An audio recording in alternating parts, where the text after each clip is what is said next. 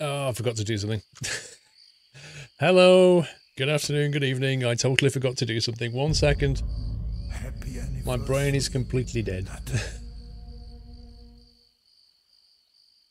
Won't be able to see a game unless I do this. How are we doing? I should do it. Maybe if we do that, and then that. Welcome back.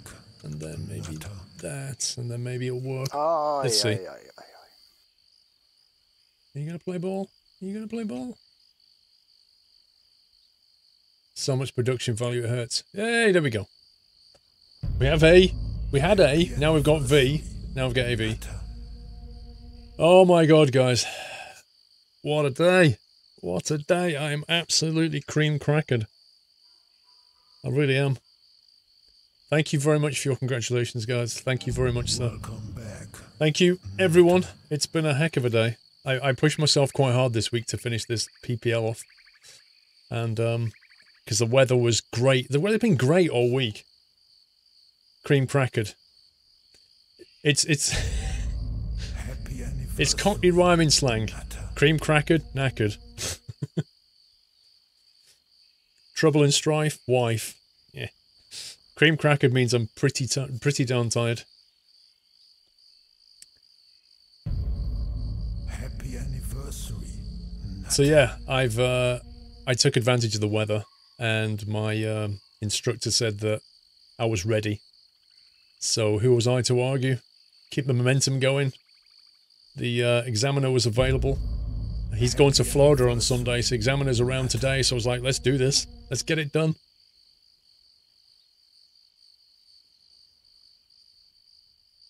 Oh boy. I might change it to early morning rather than go night hunting. What's up, Jack? What's up, Jack? Welcome back. Nutter. Yeah, PPL is a private pilot's license. Let's go to like 549 or something. There we go. Much better. Much more entertaining. Happy Let me try and read those messages. Nutter. I am officially a flying squirrel custard. Oh boy.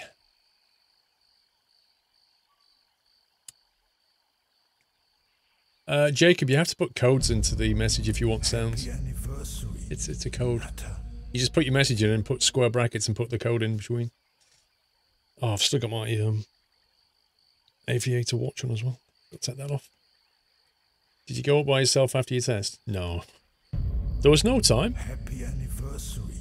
We originally planned to start at... I think we planned to start flying at 1:30, but the aircraft became available early, so we took off at... let's think...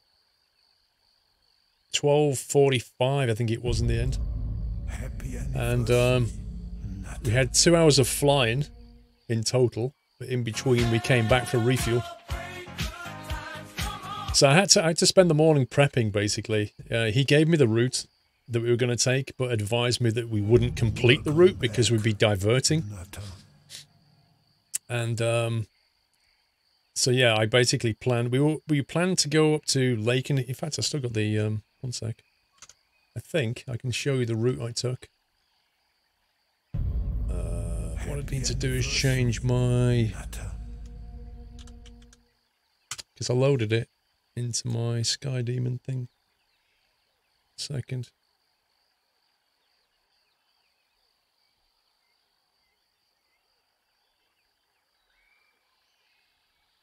Where's my OBS gone? I can show you what I'm seeing. Turn that off, turn that on. There we go. Welcome back. Nutter. Thank you, Zongji. Right, I'll read your message out in a second, guys. I just want to tell you about the route. So this was the route I was given. Let me just zoom out a little bit. You can see where the heck we are. This is the route that I was given. This is London's down here. Stansted's here, so you know where we are. Oh, yeah. This is Southend down here. This is Stansted over here. And this is Earl's Cone at this point here. Thank you, Wakaday. Thank you for all your messages, guys. And I truly appreciate them. I will read them one by one individually in a second. Happy anniversary. Let's just talk about the routes that I took. How soon until you take Mrs. Squirrel up for a ride, Huanak? I can't take it up yet because I haven't got the paperwork. So, Basically, you have to take your application form and it has to be stamped. Like the chief flying instructor is currently away. He's back on Monday. He has to sign it and stamp it. Everything has to be sent off, and then the CAA send you your license back. I think I have to send it off to my medical as well. And until then, I literally can't take anybody up, you know. So there is that. Although I've passed my ride, I still don't have the paperwork to go with it. So anyway, this is the route that I was given. So we take off out at Earlscone up to Lakenheath. Lakenheath is a military airfield that's run by the US Army. So whenever you speak to Lakenheath, you always get American accents. And then he said, plan to go over to Beccles. He said, but we won't make it. I have a bad feeling about this. We won't make it to Beccles, he said. I'm going to divert at some point on the way to Beccles. He said, well, we're going south. I'll be diverting you south somewhere. So, so that's exactly what happened. We took off out of Earlscone, and I got in touch with Lakenheath fairly quickly. We got Matt's penetration permission. Basically that means you can fly into the military airspace. That's what that means. So we got permission to fly in.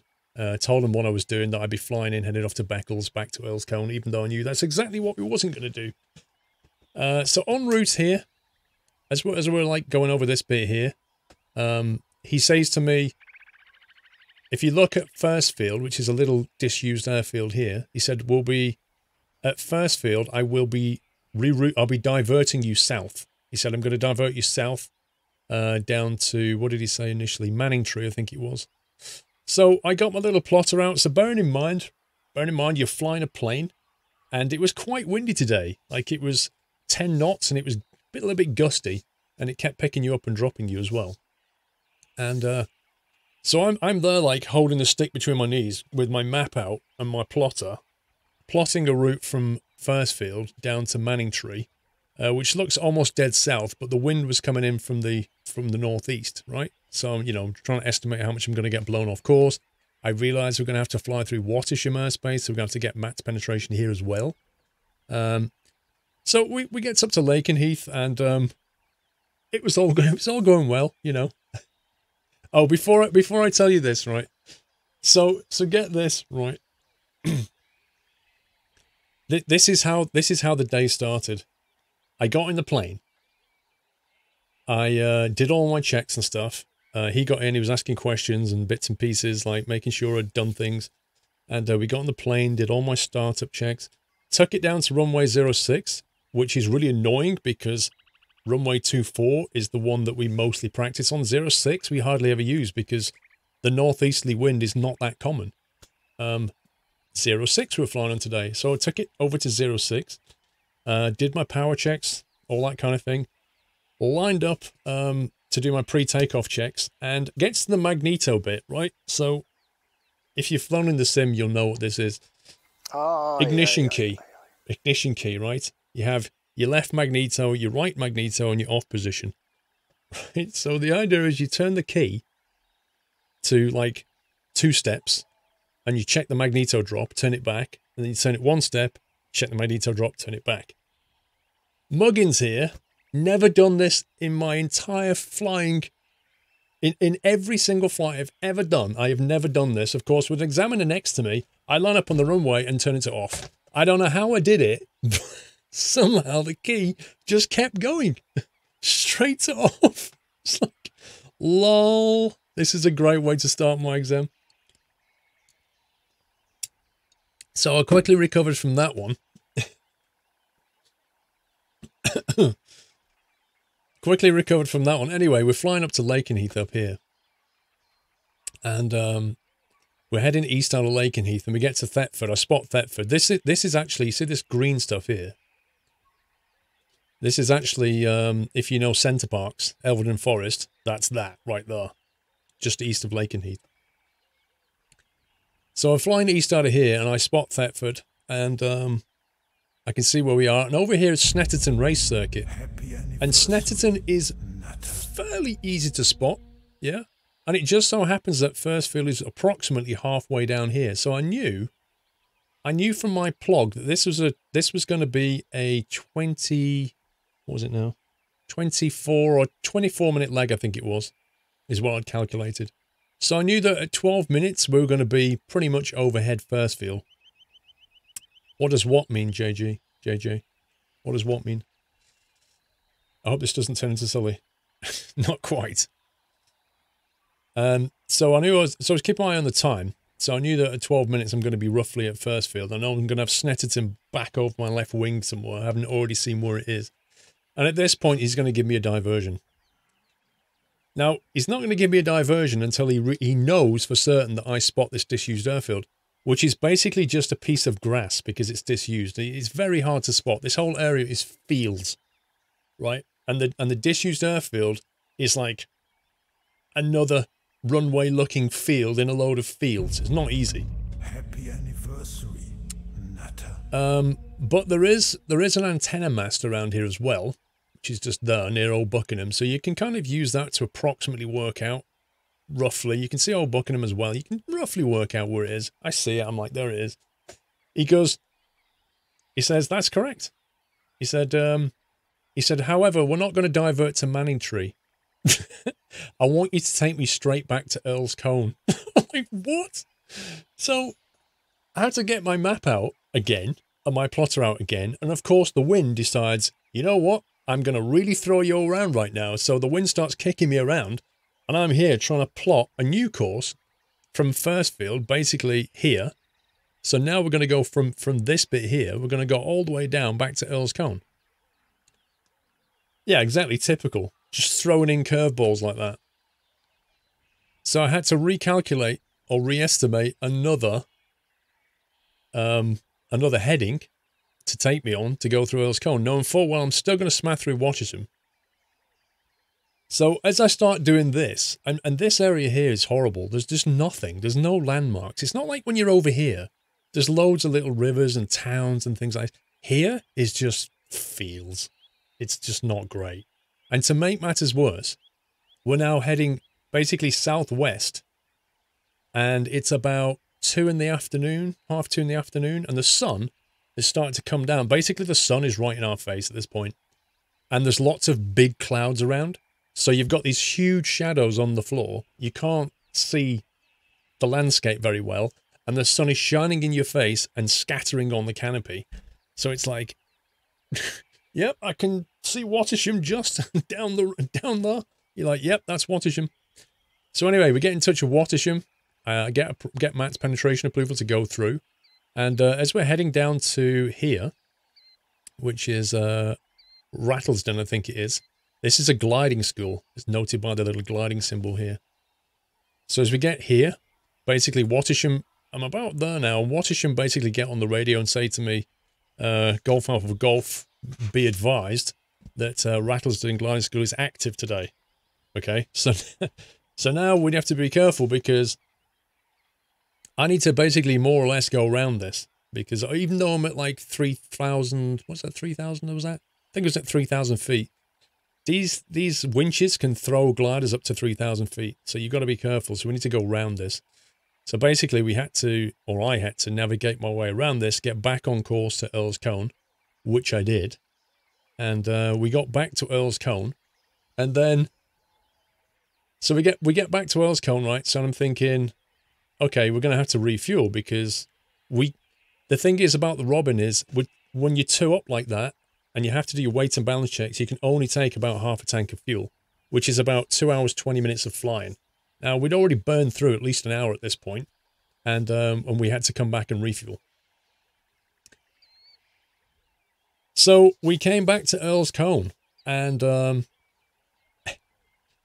he said, right, I want to see a, how do you put it? I want to see a standard join. Bearing in mind, we're now on 06. My head's like, okay, 06, standard join, right-hand circuit, gotcha. And as we're going into the circuit, he says to me, he calls up the radio, he calls up Earl's Cone, and he says, Earl's Cone's Golf Alpha Golf, we're just going to practice a PFL into 06. And I'm like, oh boy, here we go. What's a PFL? Practice force landing. In other words, we're going to do an emergency, like engine failure into 06 at Earl's Cone. Now, bearing in mind, every single practiced engine failure I've ever done, we get, we pick a field, we glide, we get down to about 500 feet. We get down to 500 feet and then we punch it and get out of there because we can't get below 500 feet. Yeah, unless it's an emergency. So I'm thinking, mentally I wasn't ready because I'm thinking, I didn't hear the exact words that he said. What he actually said was, we're going to do a PFL into 06. That's what he said to Earl's Cone, which means we're actually going to land an engine failure, land into 06. Not we're going to get to 500 and punch out. We're actually going in. But my brain didn't clock this. My brain was in the middle of making downwind calls, doing my landing checks, mentally preparing myself for an emergency kind of what the heck, you know, because I'm thinking, okay, trim for 75, like do all the checks, look out, pick a field, you know, all this stuff is going through my head. I didn't clock what he said. So anyway, we're going downwind on 06. Let's see if we can zoom in right in this. So we were coming from the north like this, and 06 runs from the bottom left up here like that. So that's 06. So we basically come in, descend dead side, which is this side here, and we come around on the circuit like that. So we're coming around and we get to, I'd say around about here. We're just about turning onto base. And, oh no, sorry, no we didn't, that was later. We're about here actually. We're just in line with the threshold of the runway. We're about here, coming down bottom left, about there, and he goes, boom, he just yanks the throttle, and he goes, engine failure. So instantly, your training kicks in, you're like, right, carb heat, trim for 75, the heck was that? Trim for 75, right, so get it into a glide straight away. We don't need to pick a field, we know exactly where we're going, we're going to go into Earl's Cone from here. So now I'm now looking at how far I am from the threshold, and I'm thinking, can we get in there? Yes, we can, but all the time I'm like estimating. Yeah, right, Cat. So next thing you got to do, now you've got that settled, you got to get back inside the cockpit and see, as part of the emergency procedures, you're trying to work out the cause of the engine failure, right? So you're checking your fuels, your fuel turned on, is your fuel pump turned on? Have you got sufficient fuel in your tank? Is your mixture still rich? Are your magnetos on both?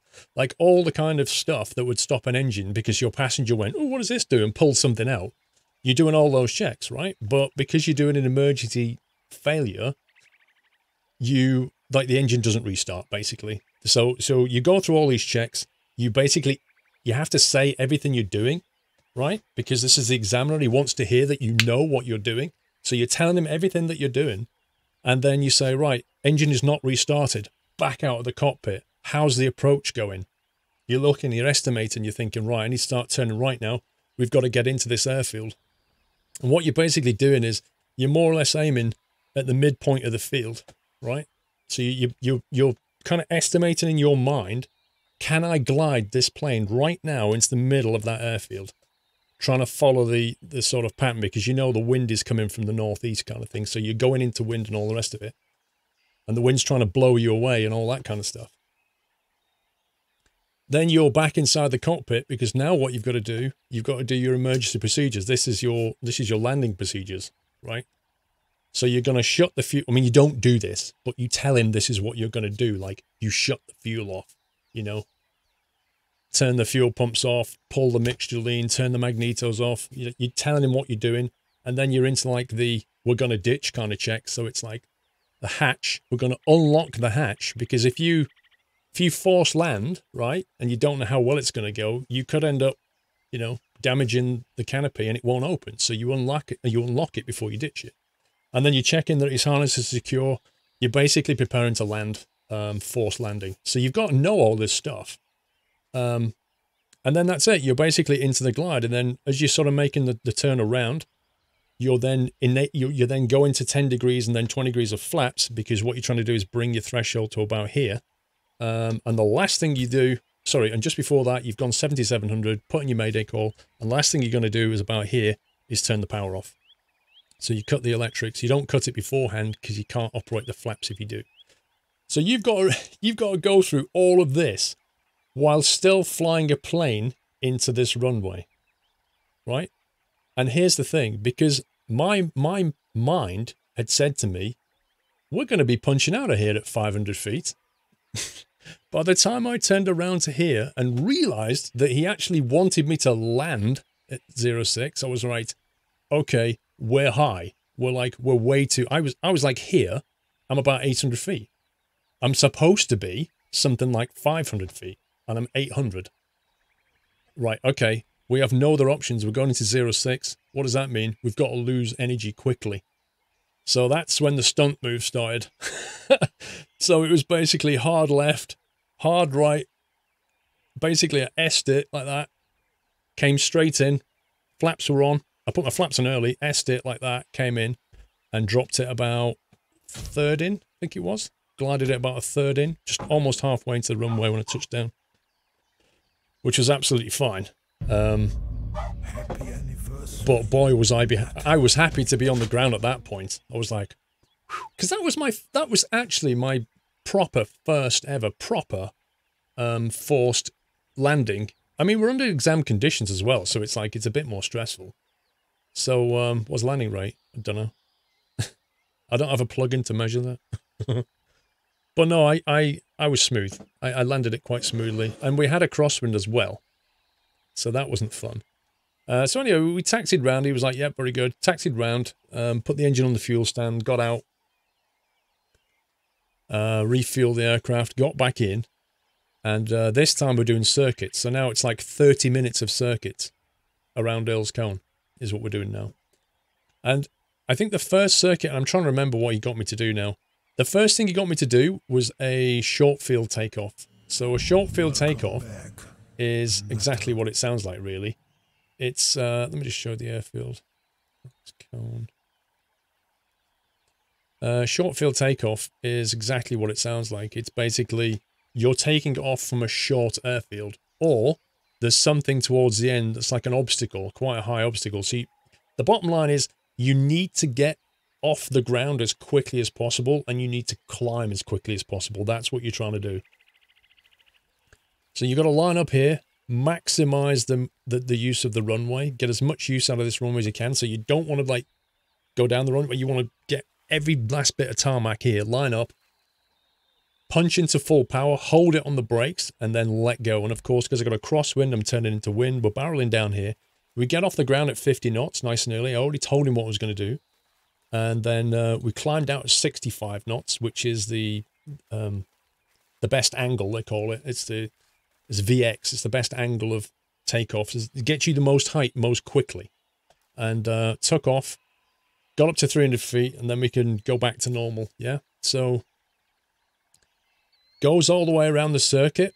As we're coming around the circuit, he said, right, first thing I want you to do is a flapless landing. So flapless landing is exactly what it sounds like. It's landing without any flaps at all. So you're coming in at glide speed, in this case 75 knots for my aircraft. So we're going to go around the circuit, and we've got a plan to land at 75 knots. With the wind doing all kinds of shenanigans. Thank you, Timmy Boy. The wind doing all kinds of shenanigans. So 75 knots, you're coming in fairly, it feels fast, you know. We come in, land it, it's a touch and go, boom, we're straight out of there. So we touch and go, straight out of there. As we make our turn over here to come round, we're on crosswind leg here. As we're on crosswind, we get to nearly 1,000. He puts in a call. Earl's Cone, Golf for golf, doing a fan failure. And I'm like, I know what a fan failure is. A fan failure is where he goes. The hunter sense. Follow those tracks. That's spooky. A fan failure is basically where he pulls the power again. Right? So he pulls the power and goes, engine failure. Like, what? Where are we going? There, that airfield there. He said, right, punch it back. So power's back up. He wanted to see me not panic. He wanted to see the engine fails. I'm trimmer 75, and that's where we're going, right? We don't have much time. That's where we're landing. So he pulled that one on me as we're going around. And this time he said, what was it next? He said, I want you to do a glide. I want you to do a glide approach. So what a glide approach is, making you think about your PPL Simple Jack. Glide approach is where you're going to land without any power. But this time you get to choose where to cut the power. Which is it's a bit like the one I already did, right?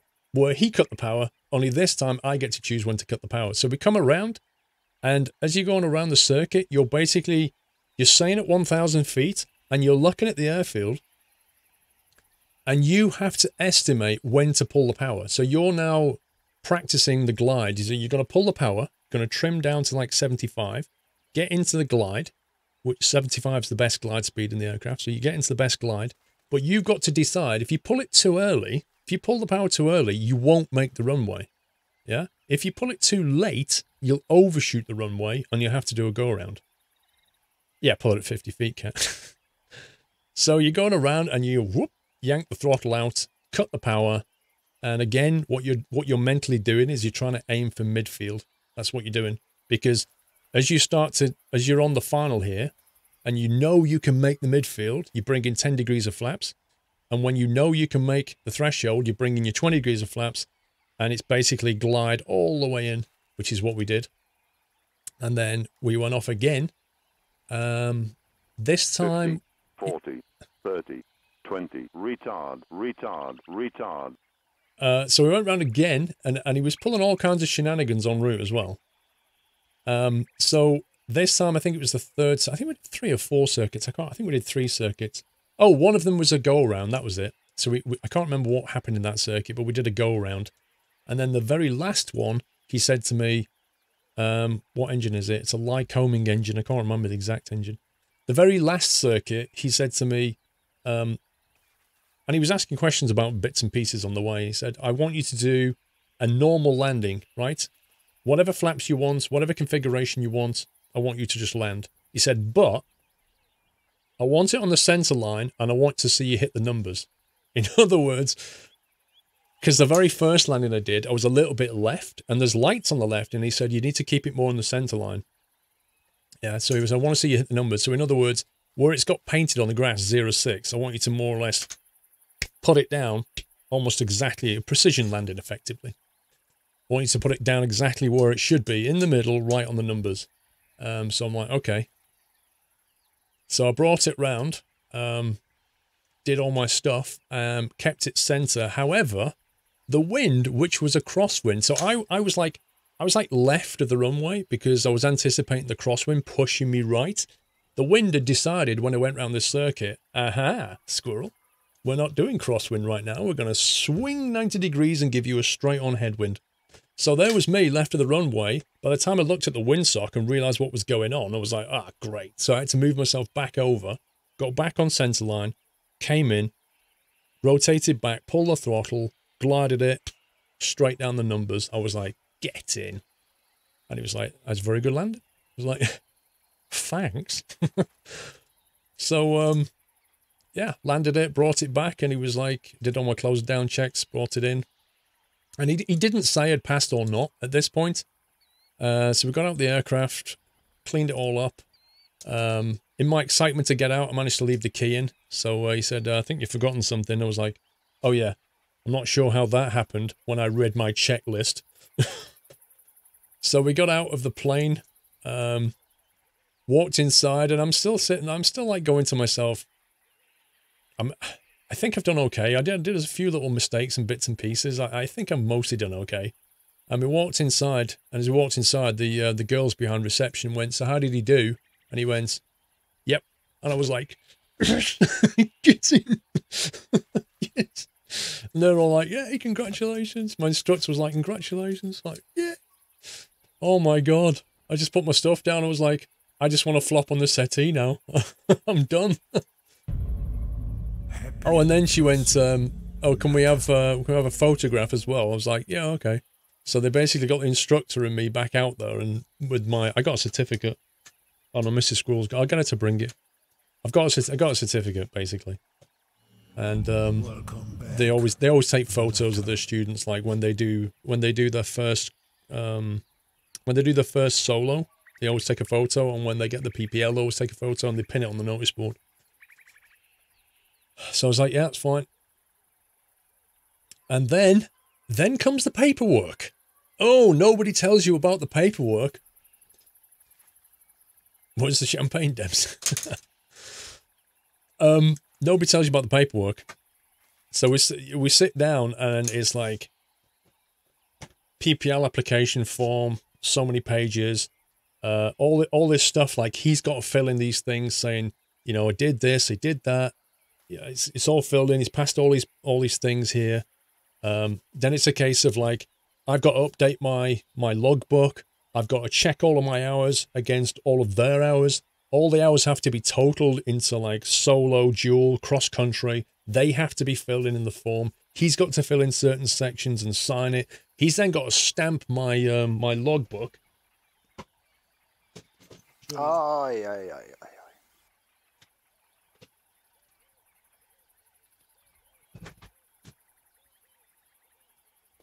So yeah, you get one of these, you get like a logbook like this. And he has to stamp it. So you have like stuff over here, and then there, he basically stamps it. Not there actually. So he stamps it there, and it says like flight centers, signed, skill complete, blah, blah, blah. So much paper. Like it took about nearly an hour just to finish off all the paperwork and stuff. I'm like, oh my God. And he had to check my medical. He had to check, like, just nuts. So, and then that was that. That was that. So I got back in. We did all of our circuits. Let me tab back into the game. It's probably like midday in the game now. Yeah, and I basically did all the paperwork. There was like, my instructor was asking me what happened. He was like, oh, so what did you do? Where did you go? Was there anything that we didn't cover that you had on the exam and all this kind of stuff? And then there was another guy who's doing his PPL. He's like halfway through. Like he was massively interested. He was like, oh, so what, you know, what did you do on it? Where'd you go? Like, like he wanted to know more details about it all. So you're getting quizzed off like everybody about what's going on. And then you sort of, you know, you finally did everything, had a cup of tea, sat in the car and just went, I think I'll eat my sandwich now. Like, bearing in mind I hadn't eaten since 8 in the morning. Yeah, just the adrenaline gets you through. Like, I thought, you know what, I'm going to eat my sandwich now. So I sat in my car and ate my sandwich and my packet of What's-Its and let it kind of sink in. Hey, Chili, how you doing, bro? EGSR is where I studied. Elscone, EGSR. So yeah, I mean, we had loads of storms last week. The weather's been really mixed for a few weeks. I realized that looking at the forecast this week was a good week. I didn't plan on taking my skill check this week. I didn't plan on it. But I was pushing hard to get like 2 double lessons. We got so much done. Wednesday, Thursday, I think it was. Got so much work done. You showed me all kinds. Every night I was coming back, I was absolutely like, what the heck? I was studying, like trying to memorize all the numbers and all the questions they can ask you. Like, the amount of questions they can ask you is crazy. Like, you know, what's the minimum oleo extension on the nose wheel? You know, like just all kinds of stuff. So you're memorizing all that, memorizing all the details of the plane. And then by the time I think it was Thursday after the lesson, he said, are you busy tomorrow? Meaning today. He said, are you busy tomorrow? And I said, well, I can be free. Why? And I was thinking, does he want to do like another lesson or something? I said, I can be free. And he said, well, I think you're ready. I said, what? He said, ready for your PPL, your skill check. I went, oh, okay. It came as a bit of a shock. He said, yeah, I think you're ready. I said, well, I'd probably like to brush up on some more stuff first. And he said, well, okay, that's up to you. He said, you know, you can always do it next week. He said, just that the examiner is currently free. He said, Mick's currently free, but he goes to Florida on Sunday. So I went, He goes to Florida on Sunday. The weather's currently good. I could practice this more. Let's just go for it. Let's just get that momentum going. Let's just go for it. Hence why last minute, like I literally cancel the stream last night because last minute I decided, you know what, we're gonna have to study for this. And I did study like till about 11:30 last night. And then got up this morning, went in, planned my flight as well. Filled all my login. Got in this morning, checked the weather, got the wind speeds. Worked out what altitude I was going to fly at. Went through, calculated all my headings and stuff. Had to do all of my weight and balance reports. He weighs like 88.1 kilos. I weigh 102. When you punch all that into a Robin, you can take 57 litres of fuel. Maximum takeoff weight is 780 kilos. So, yeah, did all that. And showed him all the stuff. I read through, I checked all the paperwork for the plane, because I've heard you can be caught out on that one. You know, you got to check the maintenance certificate. You got to check the certificate of airworthiness. You got to check the logs for it. Like, you need to make sure that he can't. There's nothing that he can basically get you on. Like, even things like, he wanted to know. He wanted to see my weight and balance calculations, and he wanted to know what the takeoff run was. Yeah, what takeoff run do I need in that plane? So you can calculate that. Yeah, but there's a little piece of paper in the paperwork from the CAA, and it says, the CAA has found the numbers in these manuals to be slightly optimistic, and we recommend adding 10% to all takeoff run and landing distances. I was like, yeah. So if you didn't do that, he could catch you out on that. So I basically said, this is the takeoff run, and according to the certificate, I've now added 10%, giving us a total takeoff run of like 600 meters, or 597 or whatever it was, and there's 798 available at Earl's Cone, so I'm happy with that. And he was like, good. So yeah, there's like loads and loads of details. Thank you, Pringle. I really need to read out everybody's message here. But yeah, I just wanted to sort of just get it all out while it's still fresh in my head. Because by tomorrow I won't remember half of what just happened, because it's all a bit of a blur for 2 hours. He's actually near GSH on the floor with the other week. Nice. Yeah, I can do Basil, and I certainly will, but I've been so focused on my PPL that it's been dominating my time. But I should have some more time now. It's a private pilot's license, Gravius. Yeah, as opposed to a CPL, which is a commercial pilot's license.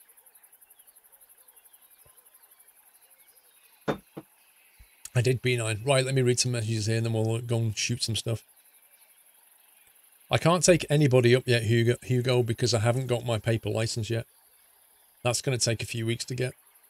Thanks, Captain Jack. Oh yeah, the duck hunting. I'm going to do some of that later. I installed the duck hunting thing, Captain Jack. I forgot about that. I need to do that. I need to do that. Are you around later, Jack? Do you want to come? We can go and hunt some ducks or something if you're around. If not, no worries. I was Mrs. Frosty, but if Jack's around, I might shoot some ducks because they've released a new DLC for it. I just remembered. It's Suburban. Thank you for 32 months. Captain Jack. Shh, we're hunting wabbits. Right, let me read your messages. Godfather with 10 months on a smiley face. JK Racing with congrats, Paul. Now officially a flying squirrel. When he pulled the power, why did you just whip out your flying squirrel suit and jump and jump out? Well, Captain Jack, say like give you like, I don't know, an hour or something, half an hour, 45 minutes. I'll just go and shoot some stuff until you're ready. It's fine.